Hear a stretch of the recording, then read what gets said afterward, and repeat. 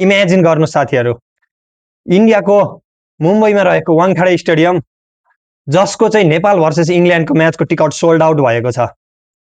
सोच्न सक्नुहुन्छ तपाईहरुले इन्डिया इन्डिया भनेर कुनै दिन कुनै बेला गुन्जिरहने इन्डियाको वाङखाडे स्टेडियममा यसपालि भने नेपालको नारा गुन्जिने अवश्य छ, किनभने यो स्टेडियमको टिकट सोल्ड आउट भइसकेको छ नेपाल भर्सेस इङ्ल्यान्डको म्याचको।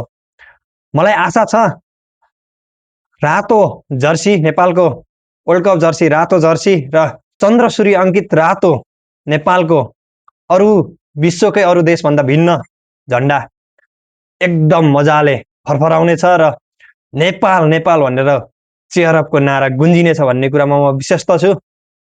नेपालको वार्म अप म्याच एकदमै बवाल भएको छ।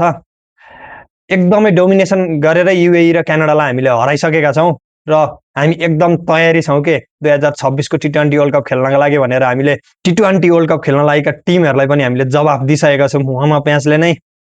के नेपालले इङ्ल्यान्डलाई हराउन सक्ला त साथीहरु? कमेन्ट गर्नु होला। अनि यो भिडियो मन परेमा रिपोस्ट गर्नु होला। तपाईहरुले कसरी हेर्ने टी20 वर्ल्ड कप 2026 चाहिँ कसरी हेर्न सकिन्छ भन्ने सोचिराख्नु भएको छ भने मलाई फलो नगरेको साथीहरुले फलो गर्नु होला। म अर्को भिडियोमा चाहिँ कसरी हेर्न सकिन्छ टी20 वर्ल्ड कपको लाइभ त्यो भिडियो लिएर आउने छु। अहिलेको लागि चाहिँ यति नै।